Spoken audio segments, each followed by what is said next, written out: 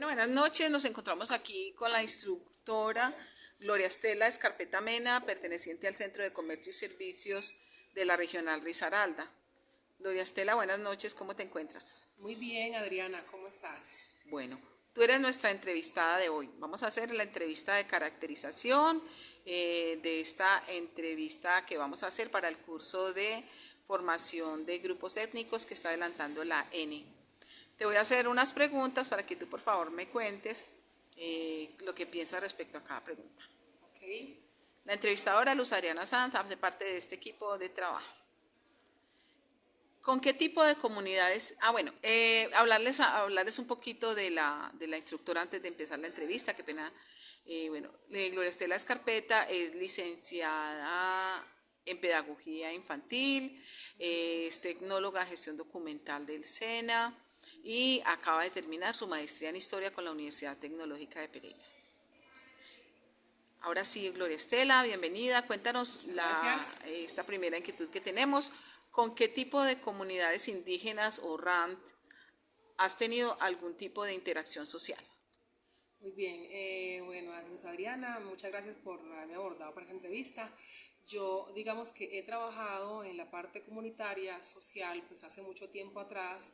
Digamos, tuve algún acercamiento con la población indígena en Vera, pero como educador familiar, no con toda la población pues agrupada, pero sí dentro de las visitas que se hacían, asesorías en temas de educación familiar, pues tuve interacción con algunos indígenas en Nuevo México y en compartir las visas. Bueno, la segunda inquietud es, ¿utilizaste algún tipo de estrategia para acercamiento a este grupo social? Pues lo primero, digamos que estrategias muy definidas en ese tiempo, pues no, pero sí nos hacíamos esa conciencia de que tenía que haber mucho respeto y, digamos, tratar de entender, digamos, lo que ellos nos pudieran brindar, ¿cierto? Tener un acercamiento, inspirarles esa confianza y informarlos muy bien de lo que se pretendía y pues mediante el diálogo es la forma como más asertiva para llegar a ellos y mediante algunos de los líderes que estuvieran en la comunidad. ¿Y tenías que utilizar algún dialecto o algo para comunicarte con ellos? ¿O algún traductor o algo? No, algún traductor en especial, no, no. Simplemente pues uno por lo regular le pide que algo de dialecto especial se lo mencione, pero afortunadamente ellos también comprendían bien el español. Muy bien, muchas gracias. Cuéntanos cuál fue tu primer impacto al llegar a esta comunidad. Bueno, digamos que a veces uno se queda siempre, digamos, como muy expectante de ver como la tradición, los comportamientos, la forma de alimentación, el vestuario, es cierto, digamos, el tema con los niños, digamos, su comportamiento o cómo en la comunidad pues tienen, digamos, un estilo de vida muy particular que a uno siempre le causa un poquito de impresión, pero que para ellos es muy natural y hace parte de su entorno y su cosmovisión. ¿Y por qué ese comportamiento fue particular? ¿Qué pasaba por qué particular?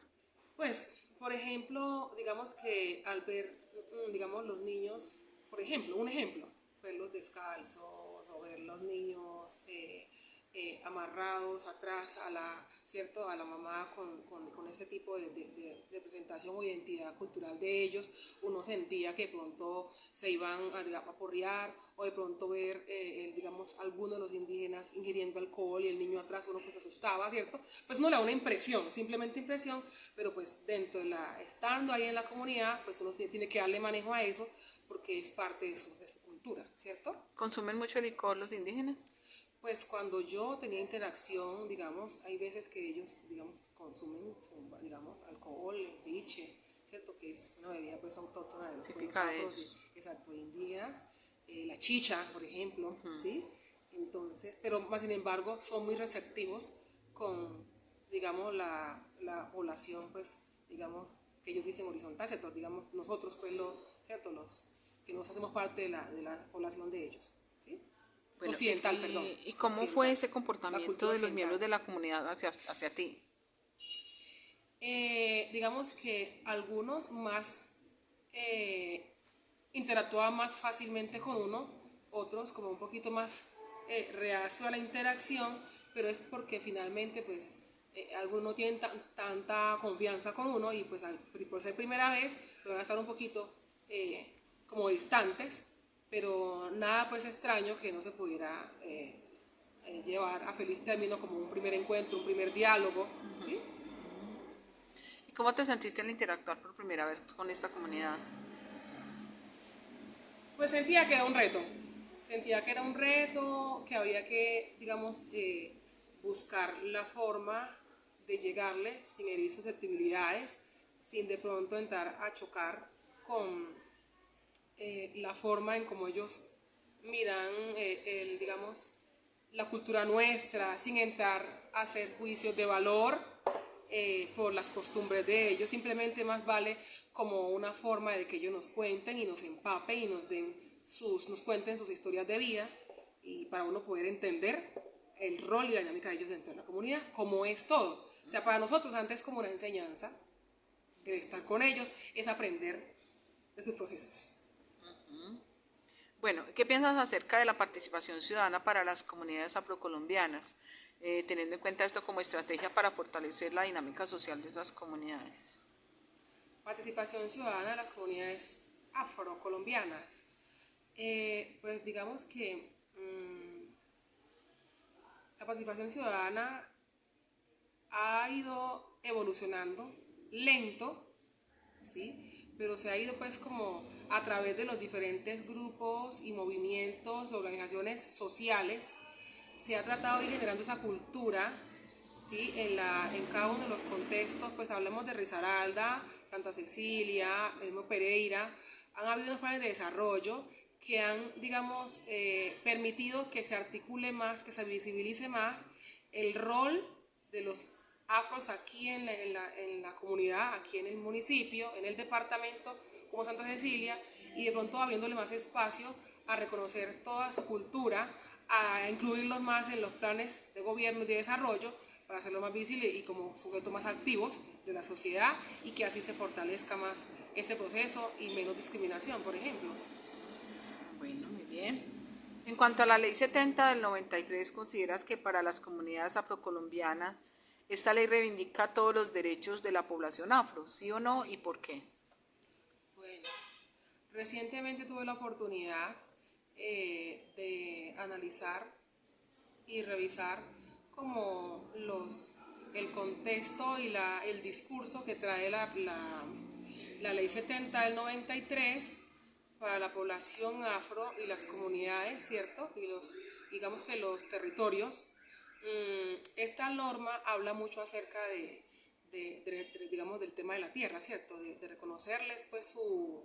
Territorio. exacto, a los líderes la acción y que mantengan la biodiversidad y la parte biogeográfica pues de cada una de las regiones, pero digamos que se queda mucho en la parte de la tierra, pero de ahí que trascienda a un enfoque más de proyectos, habla también de la cátedra de historia, pero en la ejecución sí se ve un poco quedada, bastante quedada, porque de igual forma a como les entregaron tierras y están los consejos comunitarios, que es lo que quería decir, también se ha visto afectada en los últimos 20 años por la violencia. Entonces eso tuvo peso y a la vez ha sido vulnerado, porque la comunidad afro no ha tenido tranquilidad en sus territorios, ha tocado salir desplazada. No vamos muy lejos el caso de Bojayá, el caso del Chocó, el caso del Cauca, la minería.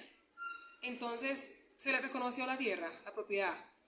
Los consejos comunitarios existen, pero también son a veces marginados. A veces la inseguridad, el tema de la violencia, que viene desde 50 años, no ha bajado el impacto, y esto también ha incidido en que la comunidad no se pueda apropiar de su territorio como debe ser. Qué triste pues que no se genere una legislación para cubrir esta problemática, ¿cierto? Bueno, vamos con qué habilidades y destrezas requiere desarrollar el instructor SENA para una adecuada interacción en el proceso de formación de aprendices de grupos étnicos del territorio colombiano.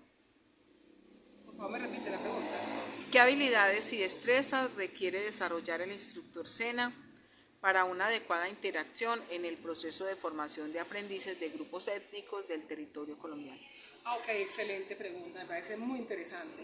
Bueno, yo pensaría que la habilidad y destreza que debe tener el instructor para interactuar con esta población, digamos, debe ser la capacidad de, no sé, esa capacidad de escuchar, de tener mucha empatía, primero, reconocer y aceptar la cosmovisión de cada uno de estos grupos sociales y a partir de ello su costumbre, su cultura, saber que es biodiversa y entender que dentro de cada uno de esos grupos, así pertenezcan, por ejemplo, a la población afro, dentro de los miembros, cada miembro dentro de la población afro tiene una forma de vida, tiene unas tradiciones, pues tiene una forma de pensar la vida, tiene unas creencias, unos valores que lo hacen ser diferente, ¿sí?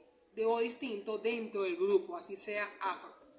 Entonces, dentro de esa, digamos, variedad o diversidad, hay que tener en cuenta, digamos, los criterios individuales de cada persona también, claro, para no entrar, digamos, a chocar Sí. o a afectar la forma de vida o la costumbre de cada uno de los sujetos que están ahí activos. ¿Y qué no hacer para no afectarlos? ¿Qué no hacer? Pues, por ejemplo, no sé, debería ser concertado que todo se concerte y que queden evidencias, por ejemplo, ¿cierto? Concertar, poner sobre la mesa varias líneas de trabajo, por ejemplo, varias líneas, no sé, o hacer que salga a flote más esa diversidad que hay y que esa diversidad se reconozca dentro de las mesas de trabajo y los grupos y la interacción de aprendizaje. Sería una manera muy interesante para que todos aprendan a aceptar las diferencias de cada uno, pero que todo hace que puedan convivir. Eso me lleva a una pregunta también, pues que tiene que ver con la anterior, donde dice que, entonces, que de acuerdo con eso que estamos hablando, ¿qué adaptaciones se necesita hacer a los diseños curriculares de los programas con énfasis en grupos étnicos? Y asimismo, con relación a la enseñanza de otro idioma diferente al nativo de esas comunidades. Bueno, ¿qué adaptaciones? Entendemos que es por adaptación que existe un currículo de pronto Esquemático, muy esquemático, muy definido. muy estandarizado. Exacto, es un currículo estándar, por decirlo así, para la formación SENA. Y sabemos que el SENA viene apostándole hace rato ya esa parte de la interculturalidad, pero las adaptaciones serían, por ejemplo, no es lo mismo enseñar una embera que está aquí a ver, hablemos de un municipio de aquí de Risaralda, los de Quinchía, los de Mistrató y San Antonio del Chamí, por ejemplo, ¿cierto? Estos sí, que están acá en la, digamos, que son suburbanos, a directamente a irme a los indígenas que están, por ejemplo, en un sitio de Santa Cecilia que se llama Agüita, sí, donde la movilidad, el entorno no les ofrece los mismos medios que le ofrece a los que están por acá en la zona urbana, ¿cierto?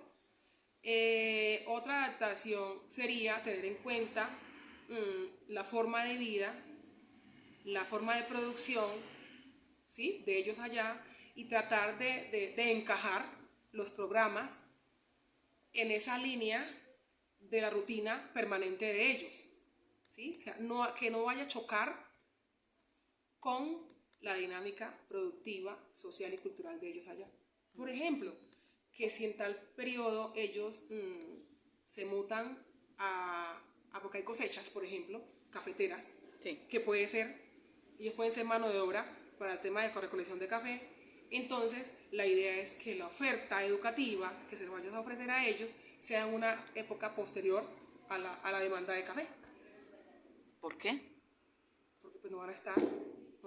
Ya. O sea, tener en cuenta como las cosechas también, porque para ellos las cosechas son muy importantes. Sí, por ejemplo, es una forma de vida. Y la seguridad alimentaria también. Exactamente. Por lo que decía también la profe en la clase, que decía que ellos no iban a clase cuando estaban en época de manejo de alimentos, de acondicionamiento, todo eso. Por ejemplo, ¿qué otra adaptación se podía hacer?